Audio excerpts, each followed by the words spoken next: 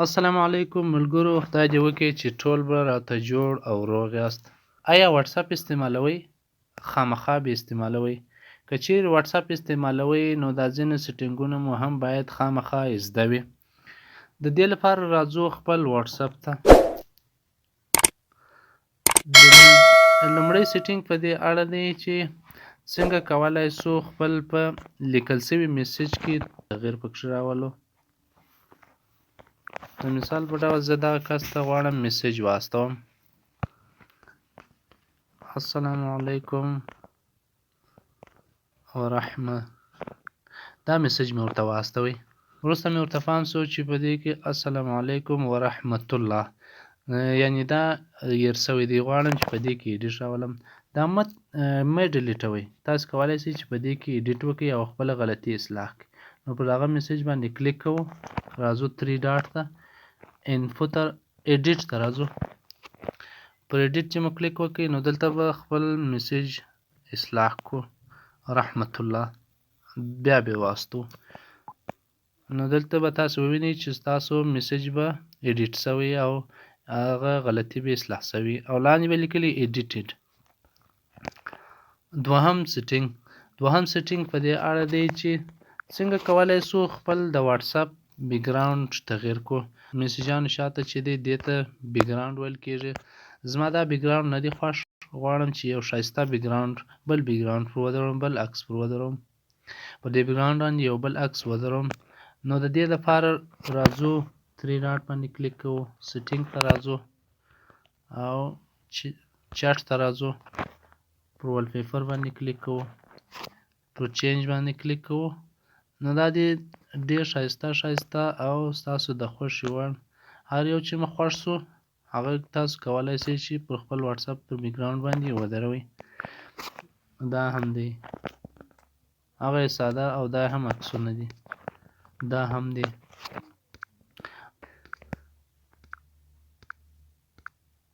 راځو دریم سیټینګ ته. د دې وروسته چې کوم سیټینګونه دي ډېر زیات مهم، اړین او مهم دي. تاسو باید ورته متوجه شئ او ویډیو سټیپ بای سټیپ وګورئ. سکیپ کوئ به نه تر څو ښه سم په خلاص شي. د هغو څخه دریم سیټینګ دا دی چې موږ غواړو د خپلې کورنۍ یا د ځینې خاصو ملګرو نمبرونه دې زموږ سره پټ وساتل شي. د هغو ډیټا ته دې یوازې زه لاسرسی ولرم، یعنې نور څوک دې هغه میسجان هغه ډیټا دې څوک نه ویني. دا څنګه کولی شو؟ د مثال په ډول زه غواړم چې دا نمبر دې زما سره پټ وساتل شي. نو پر دې باندې کلیک کوو. راځو 3 ډاټ باندې کلیک کوو او په دا فای کې د فای د خوا څخه پر دریم آپشن لاک چټ پر دې کلیک کوو. او کله چې پر دې کلیک وکړئ نو دلته به موږ ته وښیي چې تاسو هغه خپل لاک یا کلپ ور واچوئ. موږ به خپل کلپ ورکړو. کله چې مو دغه دې ته کلپ ور واچوئ په دې سر کې به دغه نښان راته ښکاره کړي لاکډ چټ، یعنې دلته هغه موږ چې کوم نمبرونه ته کلپ ور واچولي پټ کړي مو دي هغه دلته راته ښکاره کېږي. پر دې باندې چې کله کلیک وکړو هغه فنګر پرنټ ورکړو نو دا به موږ ته ښکاره شي. دا هغه نمبرونه دي چې د دې ډیټا ته یوازې زه لاسرسی درلودلی شم، زه یې کولی شم چې ووینم. اوس که غواړو چې د دې ځای څخه بیرته وباسو څنګه کولی شو؟ غواړم دا نمبر وباسم. پر دې باندې کلیک کوو، 3 ډاټ باندې کلیک کوو او انلاک چټ پر دې کلیک کوو. نو دا نمبر بیرته د دې ځای څخه ووتی. راځو څلورم سیټینګ ته. څلورم سیټینګ په دې اړه دی د واتساپ په استعمال سره زموږ تاسې ډیټا ډېره زیاته مصرفېږي. څنګه کولی شو د ډېر زیات مصرف مخنیوی وکړو؟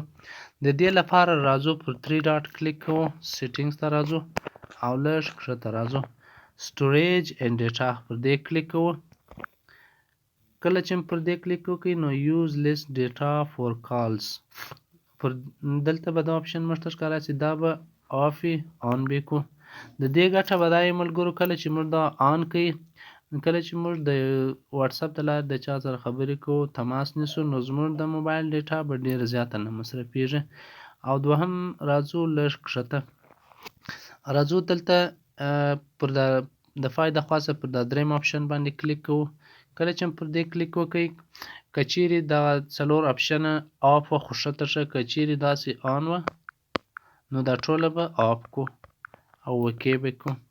د دې ګټه به دا وي چې کله موږ تاسو ته یو څوک عکس ویډیو یا هم وایس راواسي نو خپله به په اتومات ډول هغه نه ډاونلوډېږي. که چیرې موږ وغواړو چې ډاونلوډ یې کړو نو ډاونلوډېږي به او خپله به په اتومات ډول نه راته ډاونلوډېږي. نو د دې سره د دې په واسطه به زموږ د موبایل ډیټا ډېره زیاته نه مصرفېږي. او پنځم سیټینګ په دې اړه دی، ځینې وخت موږ چاته میسج وکړو نو موږ ته دا نه معلومېږي چې آیا ده زما میسج کتلی دی که یا. نو دلته هم دا موږ ته معلوم شي چې آنلاین دی، میسج ولاړ شي ورسېږي او دا موږ ته نه معلومېږي چې آیا دا میسج هغه کتلی دی که یا. د مثال په ډول دې کس ته ما دا میسجان کړي دي خو راغلي دي خو دا ما ته نه معلومېږي چې آیا دا ده کتلی دي که نه دي کتلي. نو د دې د معلومولو لپاره راځو پر دا میسج باندې کلیک کوو، 3 ډاټ ته راځو، انفو ته راځو. دلته به موږ ته دا وښیي، لومړی دا لاندې آپشن دا موږ ته ښیي چې پر 11 بجې 19 دقیقې باندې دا میسج استول شوی دی او دا دی کتل شوی هم دی. نو دلته موږ ته دا معلومیږي چې دا میسج کتل شوی دی. ملګرو دا و واتساپ په اړه ځینې مهم سیټینګونه. که چیرې ویډیو مو خوښه شوې نو لایک شیر مه هېروئ او که چیرې کومه پوښتنه لرئ په کمنټ کې موږ ته ولیکئ. تر بیا پرې ښې چارې ښه وخت.